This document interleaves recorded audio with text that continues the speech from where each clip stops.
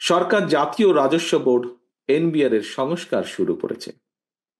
NBR সংস্কারের প্রয়োজনীয়তা নিয়ে আমাদের হয়তো কারোরই কোনো তেমন দ্বিমত নেই, কিন্তু সংশ্লিষ্টদের সঙ্গে আলাপ আলোচনা এবং সুষ্ঠু পরিকল্পনা এবং পরিণত চিন্তা না করে তড়িঘড়ি করে সংস্কার শুরু করে দেওয়ায় কিন্তু পুরো বিষয়টি হিতে বিপরীত হয়েছে, যা এরই ভিতরে আমরা পত্রপত্রিকার মাধ্যমে, সংবাদপত্রের মাধ্যমে পরিষ্কারভাবে দেখতে পাচ্ছি। প্রতিষ্ঠানটির কর্মকর্তারা সংস্কার প্রস্তাবনা এবং পদ্ধতি সম্পর্কে ভিন্ন মত পোষণ করে এরই ভিতরে কিন্তু প্রতিবাদ কর্মসূচি পালন করছেন। এনবিআর এর চলমান কর্মসূচির ফলে যথাসময়ে নিয়মিত রাজস্ব আদায় কার্যক্রম বন্ধ রয়েছে। ফলে চলতি অর্থ বছরে হাজার হাজার কোটি টাকার রাজস্ব ঘাটতি দেখা দেওয়ার কিন্তু একটি বিরাট সম্ভাবনা দেখা দিয়েছে।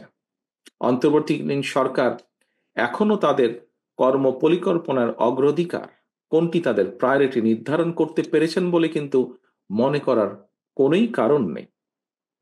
অন্তর্বর্তীকালীন সরকার যাই বলুক না কেন, আমরা যদি খেয়াল করে দেখি, দেশে বিনিয়োগ পরিস্থিতিও কিন্তু আশাব্যঞ্জক নয়। সরকারকে আমরা দেখেছি ব্যাপক আয়োজনে বিনিয়োগ সম্মেলন করলেও কাঙ্ক্ষিত বিনিয়োগ কিন্তু আসেনি।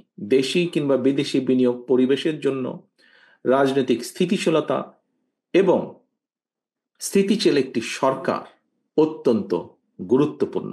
এই বিষয়ে এখানে উপস্থিত সম্মানিত সভাপতি সহ উপস্থিত অতিথিবৃন্দ কেউ দ্বিমত পোষণ করবেন না, আমি দৃঢ়ভাবে বিশ্বাস করি।